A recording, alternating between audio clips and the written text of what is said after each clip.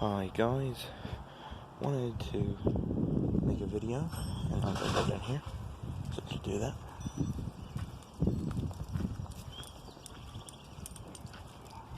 Hope you guys are doing good.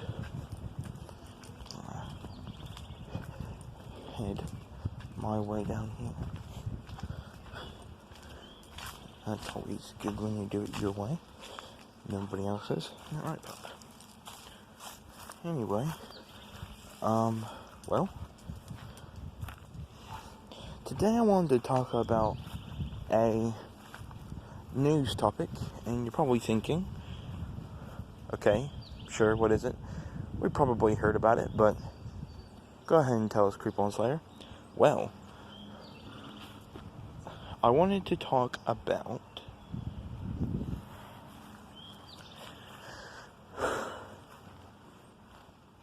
an Asian hornet, or also known as the Japanese hornet, and I'll put this in parentheses on my video. I'm going to murder hornet. Yeah, the murder hornet. And you're probably like, what? I've never even heard of that. What does that have to do with the news, Creep-On Slayer? Well,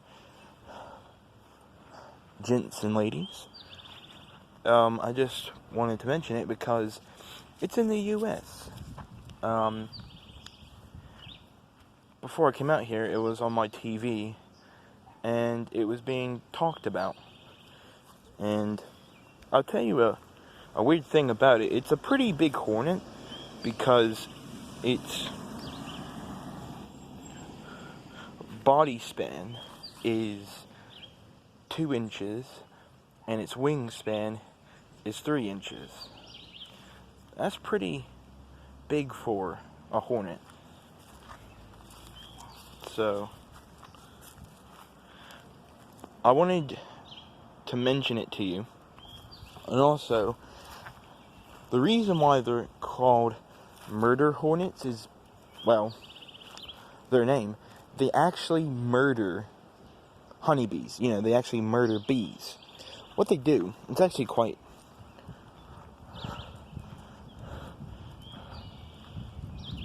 honestly brutal for the bees. What they do is they have pincers on the front of their face, basically, like a beetle, like a sand beetle. And what they do, they get their pincers and they literally pinch the head off of the bee. They basically decapitate the bee, right? And they've been murdering literally tons of bees already, and people are trying to figure out how they got into the U.S. because, like, there's no cargo ships that have been shipped out and had one of them on it, I don't think. Because wouldn't you think, if there was a cargo ship and it had one of those deadly hornets on it, someone would have spotted it on the actual cargo ship and it would have been on the news already? Wouldn't you think? I don't know, maybe I'm not thinking clearly about the outcome of this hornet, but, you know, I mean, it is a topic to discuss because, I mean, let's be realistic. It's a killing insect, and I'm going to get to how it can kill you in just a second.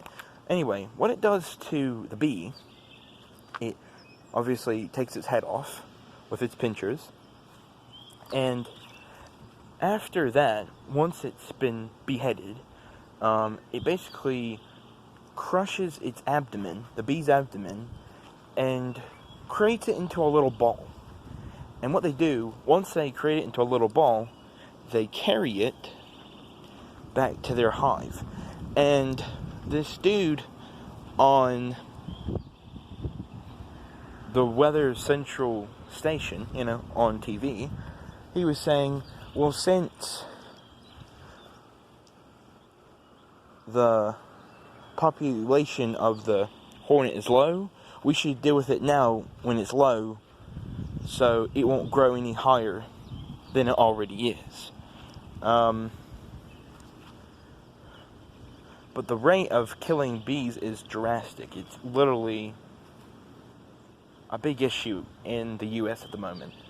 Tell your friends about this. So if they're gardeners or they love to play outside, so like little kids, kids, if they're playing outside, what they look like, they have like a black head, and they're not hard to miss. They're basically huge. Like it's like what it reminds me of? Basically a nail with wings. That's what it reminds me of. That's how they are.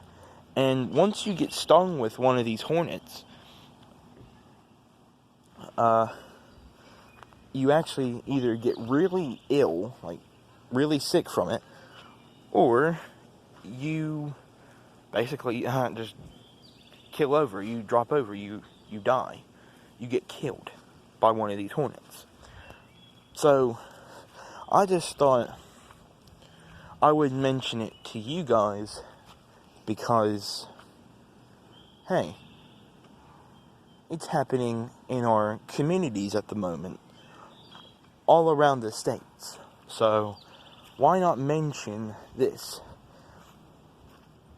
And it's quite weird because not only do we have a crisis with this virus, but we also have another crisis on our hands, and it's about bees dying because I think it said one of the people that actually work with bees actually said, because, they get, the honey from the hive and all that stuff, and they wear protective suits. Like biohazard suits, but for bees. So you won't get stung by any, because you're being around their homes. Well, what it is basically, well, for one thing, the bees actually supply, I think he said, this dude on TV, supply 1/3 of our food supply. Now I know it doesn't sound like a big number, but it actually is. It's actually quite a big number if you think about it. It actually counts into our food supplies. So if they go away, the honeybees, they go away, 1/3 of our food supply is gone. Vanished. Like the snap of Thanos' fingers vanished. Like it's just gone. Like there's no replacing it. So that's why they're trying to figure out how to get rid of these big, I was going to say little varmints, but they're not little varmints, they're big varmints. So I wanted to just talk about these hornets, and there's a squirrel up above my head, dropping stuff, always good. It's always good to see a taily one up above my head once in a while, jumping from branch to branch. But anyway, I just wanted to mention them, and also, the people that work with honeybees are not safe because these hornets, their stinger, is actually puncturing these suits and going through the suits of the workers that work with the honeybees. And then they get stung, and they either get really sick or they die. So, what they'll have to do, scientists will have to do, is create a stronger suit, so that way it can withstand these hornets. So far they haven't figured out like poison or a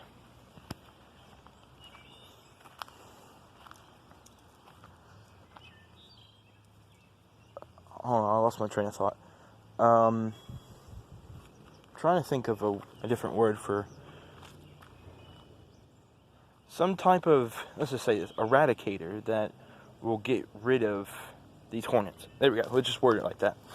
I'll do some more research on these hornets. And yeah, it's pretty crazy that they're that big. I remember when there was the crisis in the U.S. with African bees. They came over here and bred, not murdering, but they actually came over here and bred with our honeybees, our normal honeybees. And so they've been, becoming mutated. We had mutated honeybees. And so, I don't know if there's still any around, any of the mutated honeybees from,